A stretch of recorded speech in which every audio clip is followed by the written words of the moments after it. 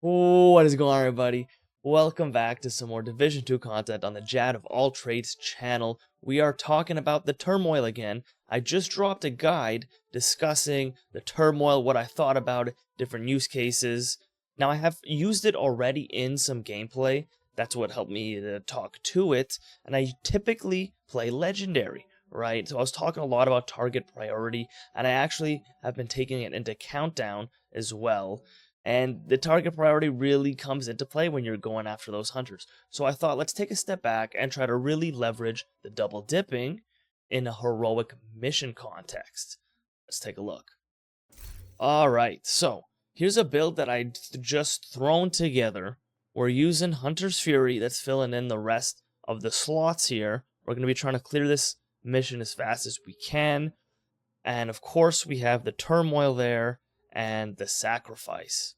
So it's going to be pretty dicey here, running a Sacrifice on an SMG close quarters build. Of course, we have the Revive Hive to catch us if we mess up a little bit. And we got the Oreo.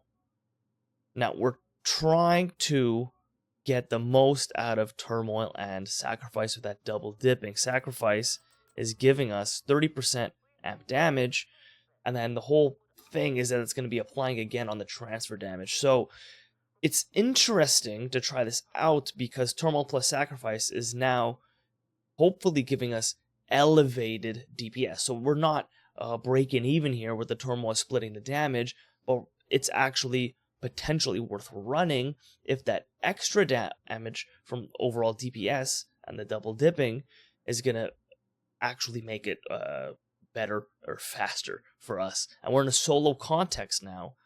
That's what we're testing. So we're going to see if we actually feel faster, because I definitely didn't feel good in the countdown run that I've been doing with the Turmoil. All right, we're going to go to Lincoln Memorial, everyone's favorite testing grounds. It'll be a good baseline to see how fast we can clear this. Now, what I was saying there with the countdown, you know, in group play, you really, like, the damage is going somewhere. Oh, jeez. Yeah, so, like, in group play, the damage is going somewhere, but you don't feel it. Here, because I'm solo, I know all the enemies that I'm going to be facing. I'm hoping that I feel the extra damage from, you know, noticing those extra kills and enemies that I don't have to fight. Additional hostiles in the memorial compound. They're moving south. There's a gate between you.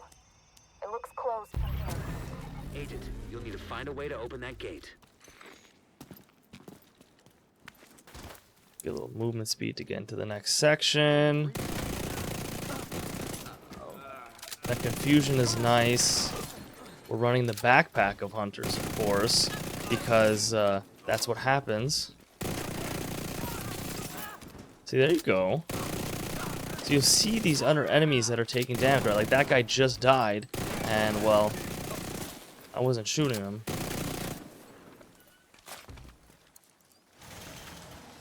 So that felt pretty fast. Now, is it that much faster than if I was just doing, you know, twice the amount of damage and DPS them one by one? So that's kind of cool.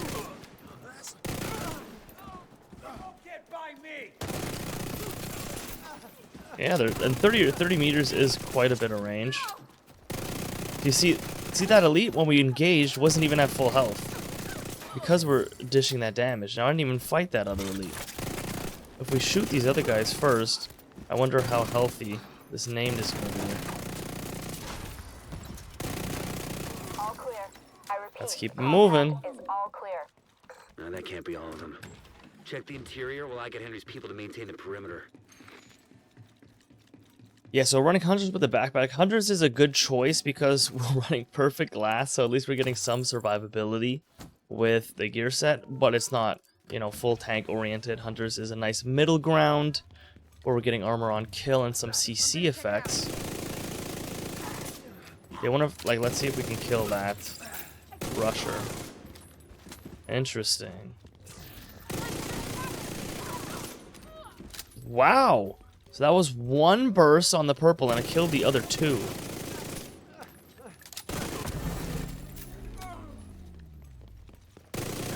Damn it. Let's keep it moving. Since I turned the Okay, memorial into a okay. base. This an area beneath you with increased security. Isaac can't access data on this location. Stay alert. I don't know what you're walking into. This is definitely feeling a lot better than when I was running in a group and running in harder content. I really feel like the whole target priority thing is going to be make or break for these knee pads. When you're in Legendary, and even in Countdown, right, when you're trying to DPS the Hunters, like, I just ran that match, so I just felt it, you know? It really sucks when you're trying to get a specific target down, and it's splitting your damage, and you're doing half damage, right? Here, when you're running, you know, solo heroic is really easy. This is crazy. Solo heroic is really easy. You know, it would be easy honestly anyway, even if I wasn't running the Turmoil. And you don't care about target priority. It doesn't really matter who you're shooting first. No one's that much of a threat to you in heroic. Especially solo, they don't even throw that many enemies. And we're getting that armor on kill. Enemies too close. Oops. Yeah, we're getting that armor on kill stacking from the Turmoil kills as well. So when transfer targets die, we also get that armor on kill.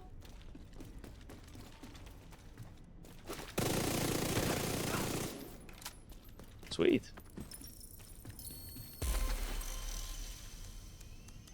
Now I'll have to rewatch that, but another thing is, so the transfer targets will die and give us armor on kill, but I don't think they're counting as a Hunter's Fury kill to get us those stacks. So that's a negative effect of running these knees. Right? See, look, there you go. There you have it. I killed 3 people, but I only got 1 of the Hunter stacks. I should be able to lean into this guy and just kill everybody else. Right.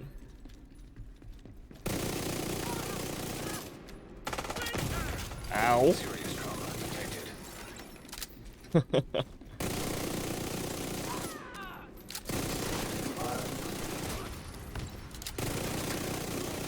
work. Easy. Go on and head back up. The team from the campus has taken position inside That the was memorial. pretty fast. That was pretty fast.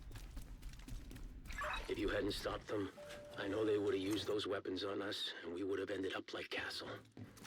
I can't tell you how relieved I am to have you on our side. Thank you. Today, we dealt a you great go. blow to the True Sun's infrastructure. We Let's see the confiscated stats a here. massive cache of chemical weapons and eliminated their stronghold near the campus. You should be proud. You saved a lot of lives today. Yeah. 547, that's pretty good. That's pretty damn fast for this mission. So this was the setup that we had, and it was pretty good. It definitely felt good, but again, this is heroic solo. Like, we're able to clear it really fast anyway. Is it worth running this build? Because we're trying to take advantage of the double dipping, which is forcing me to, obviously we have to run Turmoil, and that's what we're talking about, and then it's forcing me to run Sacrifice as well, because that's the whole point of the double dipping, or else, like I talked about in my last video, why run the Turmoil? And then if we're doing Hunters, we have to use the backpack, or losing damage. Like, if I don't run Turmoil, I can even leave Sacrifice, run a damage backpack, or a utility backpack. Let's see what that looks like. If I go here and run something like this, okay, so now we got Liquid Engineer. It's got Perfect Bloodsucker. We'll run another piece of Hunters over here. This will work. Okay, so I'm swapping out Turmoil, which is now opening up the backpack slot.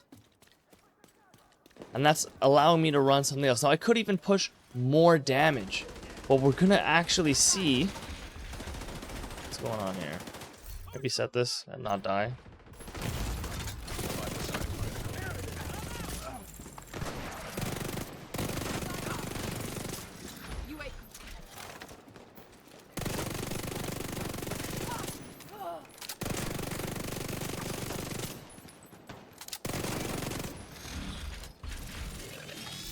All right.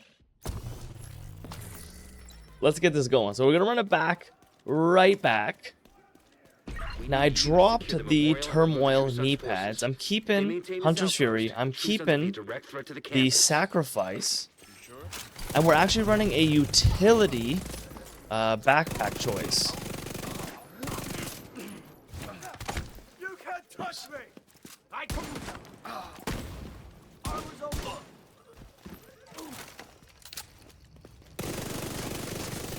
That's a lot of damage.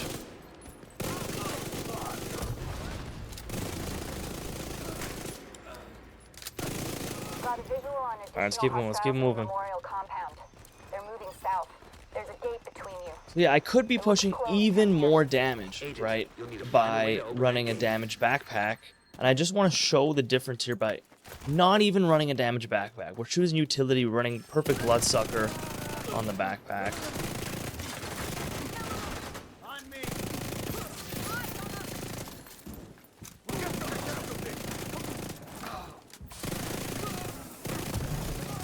When farming these doors, it did feel good to have the turmoil. I'm not gonna lie. I'm feeling it. I'm feeling it now. Not having to worry about all the other targets was pretty cool. You're getting that transfer damage, and though it's not a big deal because they weren't like in cover or anything, it definitely felt like it was making my life a little bit easier to not have to worry too much about them.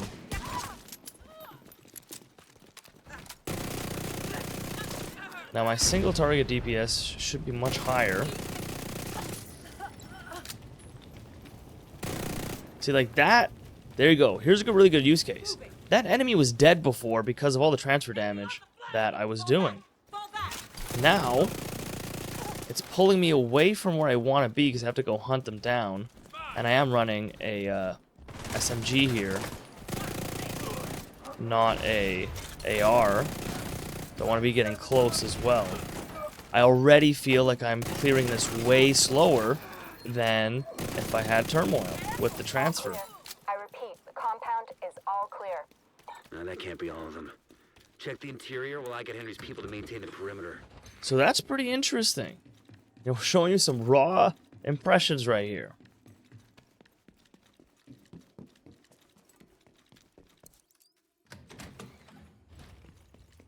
So already I'm starting to feel like, I preferred my run so far with the Turmoil. See, like, having to change all of these targets,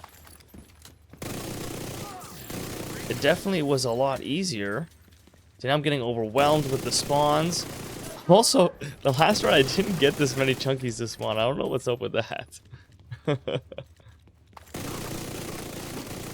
But look at all this waste of time. Damn it. The true sons have turned the memorial into a base. There's an area beneath you with increased security. Isaac can't access data on this location. Stay alert. I don't know where you're walking into. We're keeping it going, trying to catch up on some time.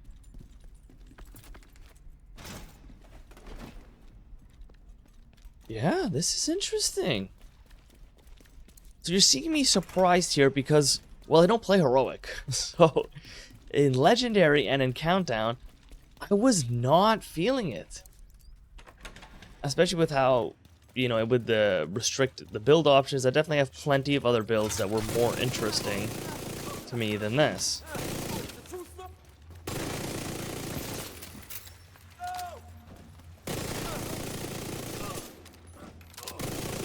Another chunky! They're throwing me chunkies every time.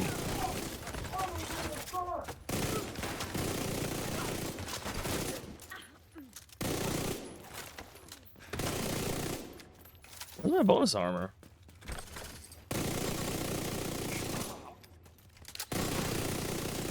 That's weird. Well, let's keep it going.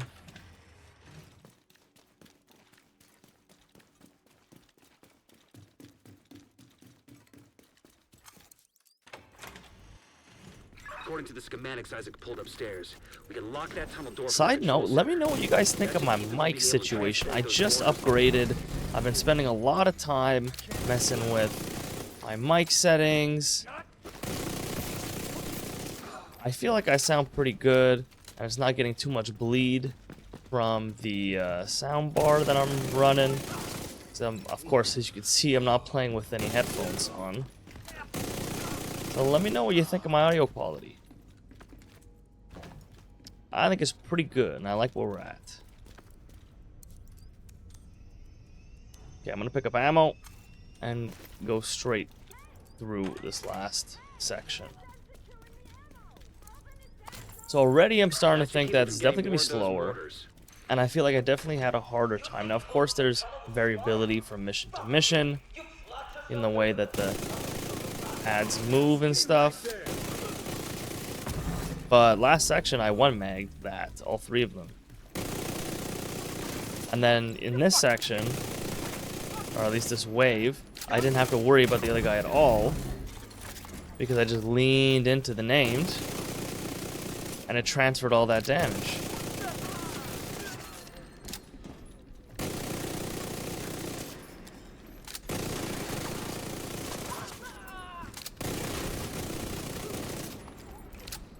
Good work. Go on and head back up. The team from the campus has taken position inside the memorial. A nice little exotic to finish up our runs here. If you hadn't stopped them, I know they would have used those weapons on us, and we would have ended up like Castle. I can't tell you how. Let's see it. Let's see it.